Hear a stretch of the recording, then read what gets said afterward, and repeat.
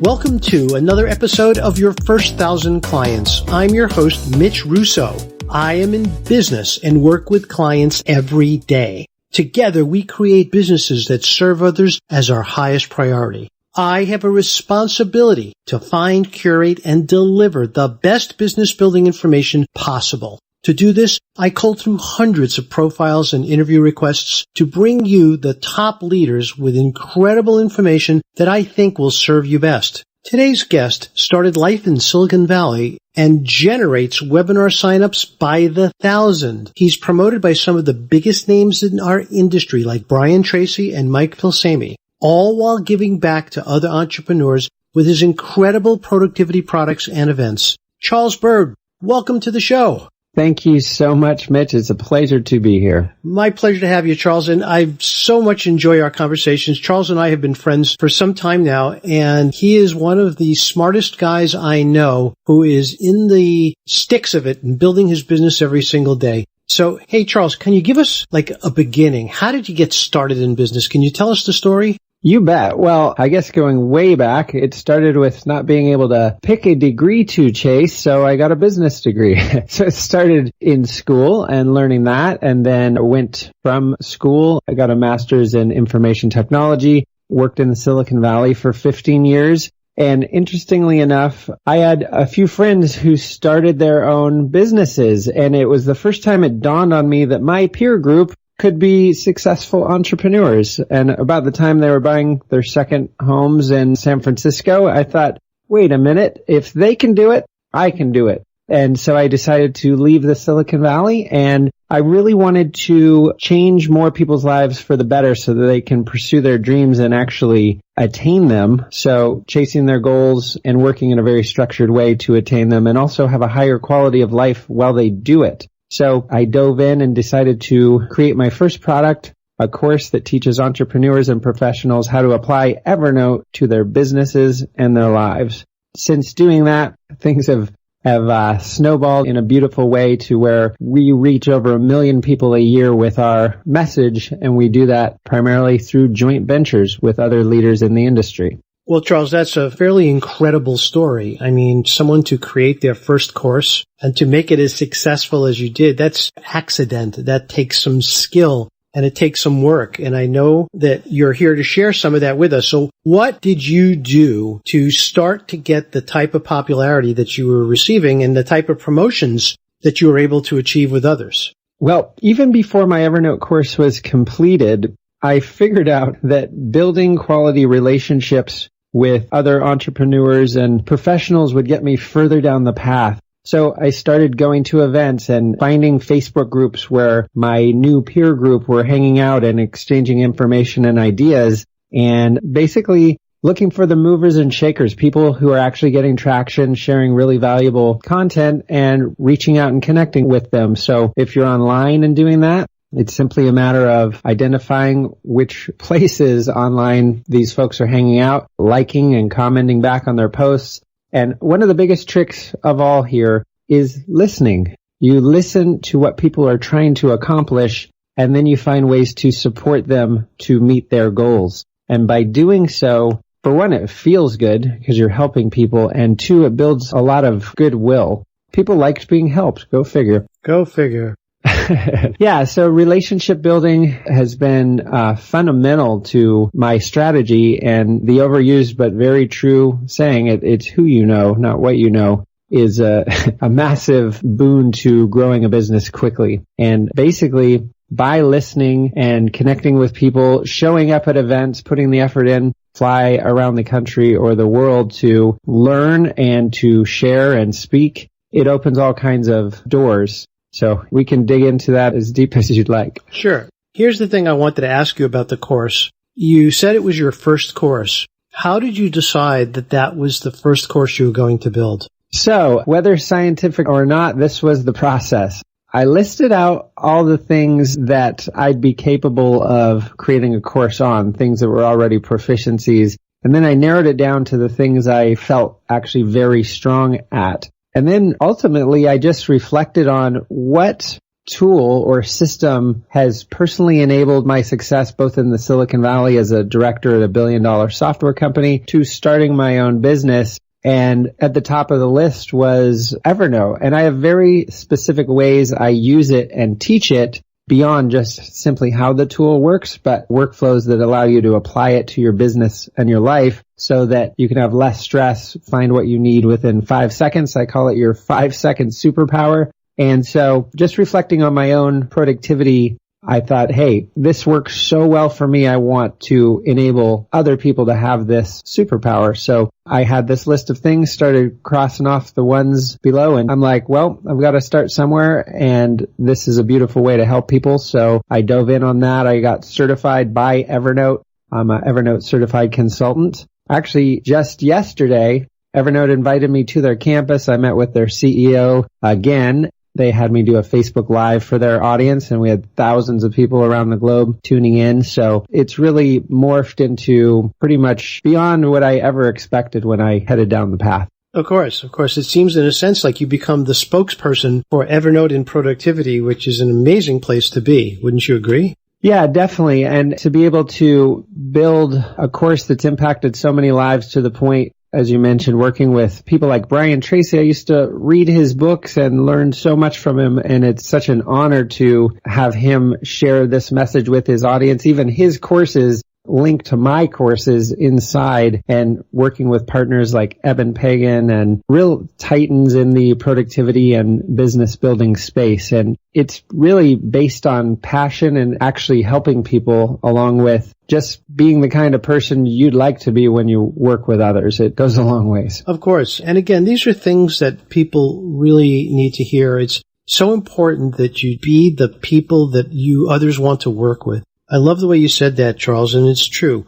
I know that in my case, if I'm going to be a good partner, I need to make sure that I am just like the type of partner I would like to work with. And I have pretty high standards, so I know what that feels like. The interesting thing to me, I keep dwelling on this because it's truly interesting, is you made a choice, you chose a course, you built a course, and you evolved it in the way that you have. Many other people choose courses too to build, and this doesn't happen. So there might have been a point where you have done some market research, where you thought about this in a way, and did you check in with other groups online, or how did you decide at the very end that, you know what, I think there's a market for this? Or was it literally a shot in the dark?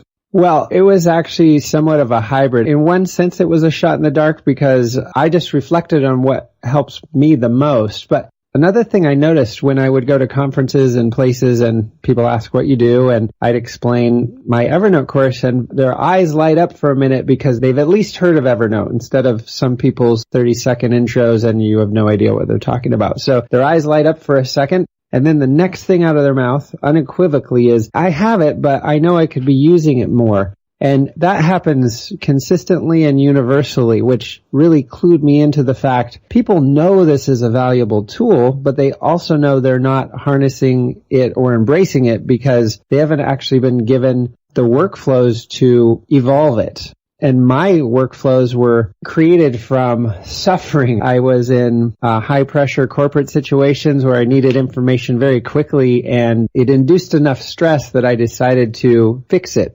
And so I created some really streamlined systems. And another thing that I don't know if I realized it up front per se, per your question, but a neat thing about a product like this or a course like this is it complements what everyone else is trying to do. If you have an audience of up-and-coming authors, or you have an audience of course builders or bloggers or whatever the topic, if they're more organized and they can find what they need when they need it, they know how to manage information, they're going to be better at doing those things. So it doesn't compete with other things, it complements them. And that's also been part of the success of being able to build partnerships across many different markets. And it's nice to not be competing with people when you're approaching them, you're actually helping them. Yes, of course. And here's the thing that I heard, and I don't know how much emphasis you placed on it, but to me it was like a brilliant thought that you had. Here's the thought. You basically said thousands, if not tens or hundreds of thousands, already have this tool, and you notice that not many people use it very well. That's, to me, a sign that, number one, there's a very large available market, and at the same time, there's not a competitor that would teach these people how to do what you already know how to do. So to me, that was like a huge thing. The fact that you caught that and you then decided that you were going to address it directly. That seemed like the factor that may have been, in my mind, the way that you were able to get out of the gate so quickly with a successful product. Yeah, I think so, because we always hear about these cool apps and then we'll go over and download them. And if we don't get traction with them quickly, they sit on your phone collecting virtual pixel dust, and you don't actually have Evernote on your phone. What you have is #Nevernote. And I want to help people move from that and actually get traction and get use out of the tool. And so sharing the system, it was fully invented for my own purposes to organize my life. And as it turns out, it helped thousands of other people because it's a pretty bulletproof way to manage information and find what you need. So trying to look for something that has a user base and there's an open need there, it did indeed turn out to be a good product to pick. Absolutely. It sure did. Listeners, we're listening to Charles Byrd. This conversation is about productivity and his success by carefully picking the right market and pursuing it. Everything we're saying today, every description of each product and process that you're about to hear will be on Charles' page on yourfirst1000clients.com, and you'll see Charles Byrd's page. Go there, and all the links that you need to access his product, to get his free giveaway, and everything else will be on that page. Now, Charles, let's continue here. I would like for you at this point to tell us what we could do on a daily basis to be more productive. What are we missing? Okay. So there's a few elements that people don't think about when they think of productivity or cool apps, this or that. It's actually what I call the power trifecta at play, and it is a combination of tools, workflows, and habits. Because you can have the best tool in the world, but if you don't know how to apply it to your life or your business, again, you're not getting the value from it. Let's say you do have the best tool in the world and some beautiful workflows, but if you don't have the habit structures in place to capture information when it comes by your awareness or your inbox or your web browser, that awareness to kick in the habits, the last piece of the power trifecta, I call them the 3 legs of the milk stool. You take one away, you won't be sitting very evenly. So having those in place and being aware of them, so you have triggers where if you sit down for a meeting with someone, the first thing you do is make a new note, tag it with that person's name. That way, later, you'll be able to pull that up and have no issue. The other part is having systems and routines for your day. And I've developed a template that I call Planning Your Perfect Today. I use it every day whenever I'm starting to feel like there's too many thoughts rattling around in my head. That's my cue. I'm like, I need to go to my today template.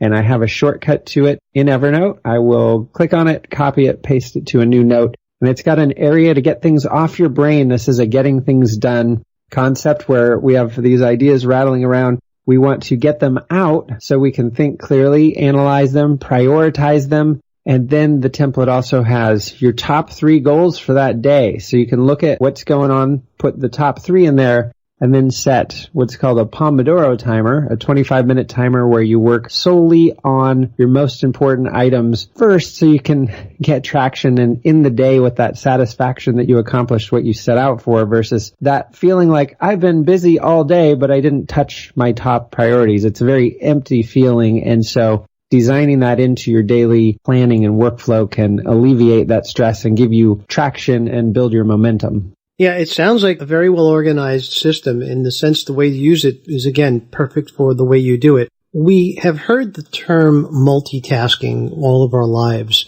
People used to brag, hey, I'm a great multitasker. I'm wondering where you come down on the side of focus versus multitasking. I come down pretty hard on it. Basically, multitasking is nothing but task switching. Scientific studies show that when you do switch tasks, for one, the odds of you getting back to the original task go way down. Your throughput overall goes way down. So you'll always get further by blocking off time, turning off your phone, turning off notifications on your computer, and basically picking that top priority and just focusing on it. A study was done actually many years ago of how long executives focus on any particular topic. And the most they'd work on anything throughout a day is 6 minutes. It's like, how are you going to get traction on anything when you're moving between topics every minute and a half? It's pretty much impossible. So task switching, of course, we live in a world where sometimes that is necessary. But when we design our days and our tools and our workflows and communicate with our teams, customers or employees, when you're available and when you're not, and block off time on the calendar so you can get those deeper working sessions in, that is where you really get traction and can move ahead. Well, I happen to agree with you. For years, I prided myself in being a multitasker, but in the last several years, I have tried to stay focused on single things, like you said, for 6 minutes or more in this case, sometimes for hours at a time, particularly when I'm writing. I'd like to go back to your power trifecta for a moment. You talked about tools, workflows, and habits. So in terms of tools, we have Evernote, of course. What other tools are in your toolbox? Sure. Well, being a technology and gadget nerd, there's plenty, but to streamline a workflow with my team, we use a few very core fundamental tools to keep us on track. We use, of course, Evernote. We use Slack, which Evernote and Slack now natively integrate. We also use Asana for team project management. That's a task management tool where you can prioritize and put things in different projects. So throughout a day, we're working with those tools and different ones depending on what we're trying to accomplish. But those are the fundamentals. Another great app for task management, personal tasks, is Todoist. And another app I highly recommend, it's a subscription-based email app called Newton. And the reason Newton is so cool, for one, it's a very clean interface. It's just designed to feel nice to use. But it natively talks to Evernote. It natively talks to Todoist, Asana, and these other tools. So if an important email comes in with your flight confirmation, straight from that tool, you can simply click the Evernote icon and tag it flight, tag it trip to Toronto or whatever it is. And then that way, when you need that information, you can pull it up in 5 seconds because you have it tagged. So those are some of the core systems that go together. I'm actually more than halfway done building a new membership site that is going to focus on the workflows between these core tools, because I consider Evernote to be the foundation of productivity and information management. And then we can build on it with a few streamlined tools that work together natively. So if someone is listening to this and they have Evernote and Slack or thinking about adding Asana after hearing you speak about it, but there are other team project management systems that are maybe a little simpler to use or less overwhelming in terms of learning. And that's one of them I like is called Trello. Do you like Trello? Yeah, Trello came out at a similar time as Asana. They're actually very similar in their features and abilities. I have many friends who like Trello and many friends who like Asana. Actually, I was just communicating with the friend of mine who just became the director of community over at Asana. We were chatting back and forth on LinkedIn. Trello is great, and basically they were just bought by the company Atlassian. They also have Jira and other tools, but I'm actually partial to Asana, simply the way it works, but both are awesome tools and their feature sets are actually remarkably similar. Yeah, that's good to know. I happen to gravitate towards Trello because we've used it several times for different projects and clients. So when I bring a new client on board, the first thing we do is we put together a Slack channel for every client, and we put together a Trello board. The Trello board is great for me because I'm just basically getting people to post their homework in cards and swim lanes on Trello. And then all I have to do is check them out and then move them to the completed lane. And it just seems so easy. It seems so friendly and intuitive to me. And Asana, again, I just never got into it. But I know it's a great tool. I know a lot of people use it. Let's go to the third element of the trifecta, and that's habits. So you started saying earlier that one of the things that you are very focused on is focus and making sure that you don't multitask or making sure that you spend enough time on each task. What other habits do you recommend people who are looking to become more productive? Yeah, so focus is paramount, and one of the key elements of managing focus is actually managing energy. So when you make choices that give you more energy, that will support you achieving your goals and also being aware when you don't have a lot of energy. So sometimes in the afternoon, I know I'm not going to be particularly productive, so I will go on a walk, I might take a cat nap, and then I can come back recharged. So trying to use energy as a decision filter can help you in many ways. I'll just give you some examples and some ways to help automate this to simplify. We want to remove as much thinking as possible because most of the decisions we make are actually on autopilot. We like to think that we are the rider on the elephant, as I think one of the Jim Rohn books referred to, the elephant and the rider. But the truth is we actually respond to our environment. So for example, I'll give a fun automation tip that I use, and that is my house has many Amazon Alexas, and at 7:15 at night, they make an announcement to the house that it's time for the kids to start getting ready for bed. These are cues, and I also have Philips Hue lights in my house, and I have it set up with an automation through if this then that, so the lights all blink. And so my house reminds both the parents and the kids it's time to slip into the evening routine. The kids get ready to go brush their teeth and all of that. And so you can build in cues that empower you to get enough sleep. When you're choosing your food, choose the food that's actually going to give you the most energy, not necessarily the one that you may think will taste the best, because those little habits throughout parts of your life will enable you for success. Also stuff you've probably heard many times. If you want to go on a run in the morning, lay out your running clothes so you're not hunting around. Even for me, the smallest thing can throw me off. If there's something sitting on my treadmill, I might not get on it. I have a treadmill desk and I walk 5 miles a day. If something's on there, I might use that as a mental excuse not to get on there. Or before bed, I meditate for 5 minutes as part of my evening routine.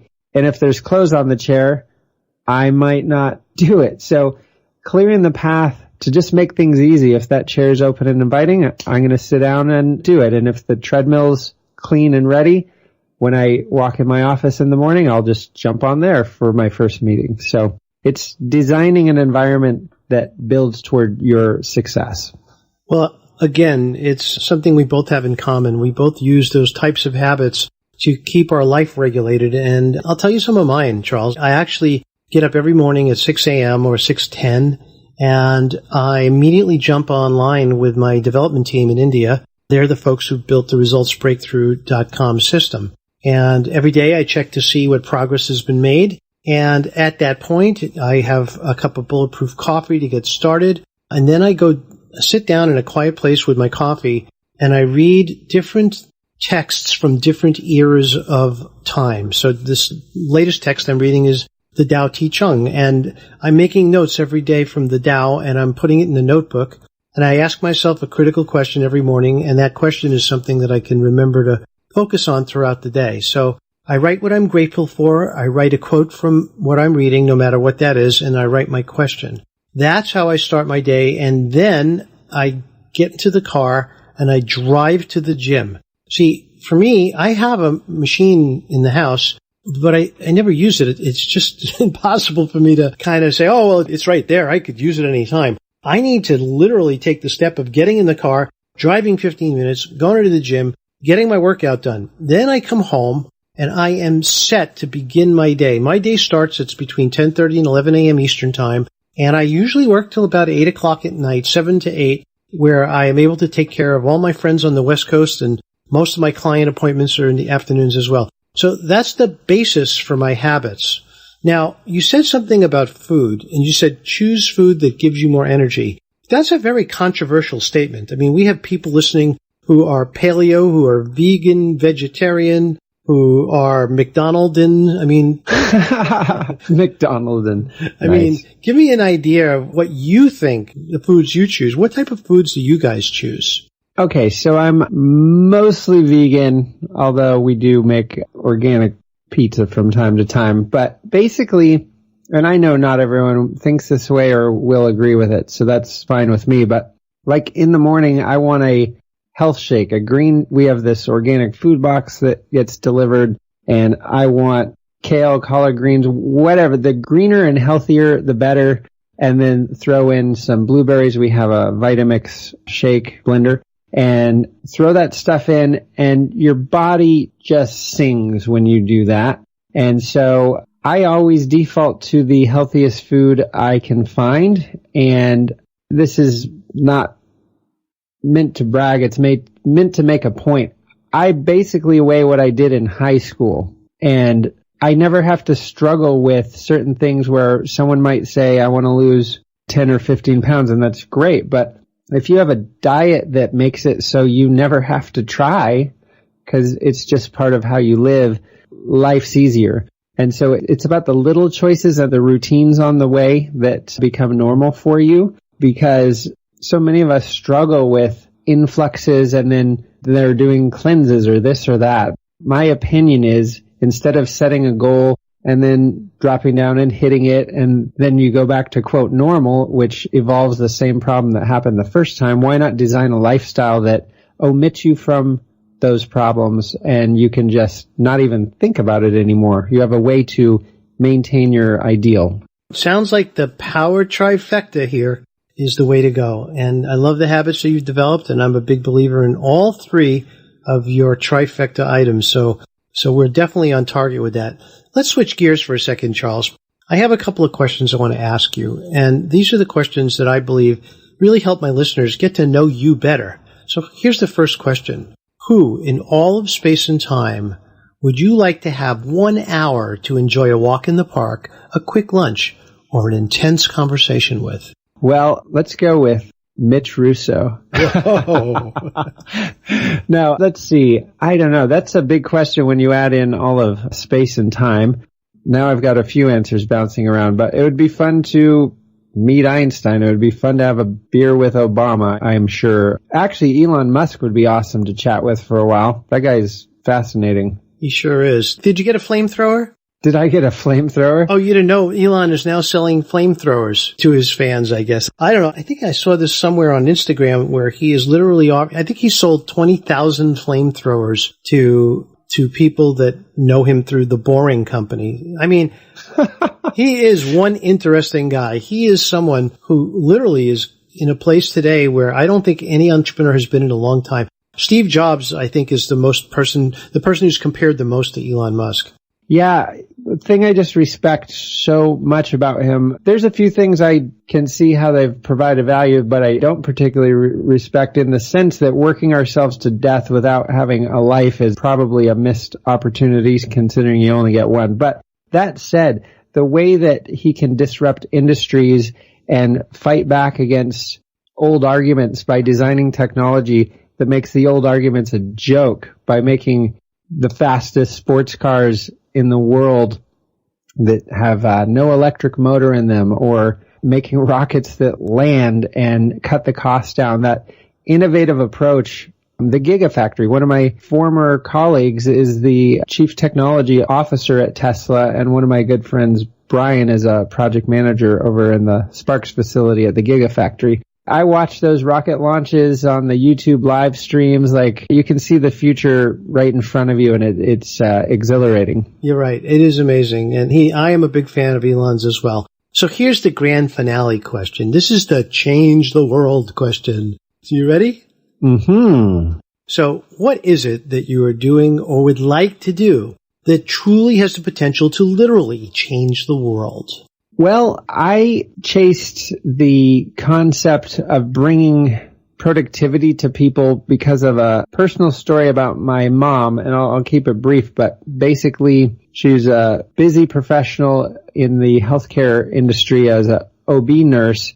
One day she called and said she'd been in a minor car accident the day before because she thought she was pressing the brake, but she wasn't. And then that day she was reaching for a fork and kept physically missing it by 6 inches. So they took her to the hospital and found she had 2 stage 4 brain tumors and was going into brain surgery that night. And the process of going through that, which was very surreal, it really solidified to me that if we have things we want to accomplish in life, this is our time to do it. There's no time for the sidelines. Of course, there's time to regroup and recharge, but this is our time to accomplish what we're here to accomplish, and we want a high quality of life while we do it. So I think by empowering people to be more productive in meeting their goals, for one, it will make the world a better place. Two, it will give them more life satisfaction. Three, it will provide a better life for their family.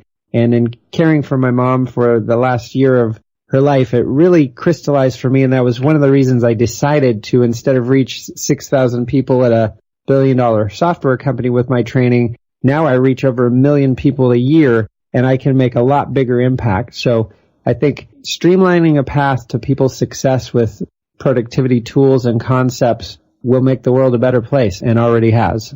And I completely agree. That's a great answer, and I think the message here is very clear, guys. If you're listening to this and you've been on the fence about really moving forward and starting a business or taking your business to the next level, my suggestion and Charles' suggestion is do it now. Don't wait. The time is now. You never know what tomorrow brings, and no matter what tomorrow brings, never be in a place of regret about how you spent today. So Charles Byrd, you have been such a great guest today, and you've shared so much incredible wisdom with us. I want to thank you for being here. It's been a pleasure. Thanks so much for having me, Mitch. I always enjoy our time together. I can't wait until we get a chance to talk again soon, Charles. All right. Well, thanks for having me. If you've ever struggled with completing training programs you've purchased, finishing courses, or with your own business goals, you're going to love what I'm about to share with you. I have built a system where you can find your perfect accountability partner, just like Match.com, but for entrepreneurs. In fact, it not only matches you, but guides you through live accountability sessions with carefully crafted questions, which you select for yourself. And it includes exclusive membership in a private Facebook group that holds weekly masterclasses to help you grow. For listeners of my show, I want you to experience it for free. All you have to do is go to resultsbreakthrough.com and enter your event code, WINNER, WINNER, all caps, and you will get unlimited access free for 30 days. If you love it, then continue at a very low cost. So go ahead and try it for yourself and see why every great teacher from Zig Ziglar, Brian Tracy, Tony Robbins, and Daniel Pink have all recommended getting an accountability partner. Try it now for free. You've been listening to Your First 1,000 Clients with your host, Mitch Russo. Go to www.yourfirst1000clients.com for a free guide on how to get 1,000 of your own clients. And if you like this episode, please go to iTunes and subscribe, rate, and review.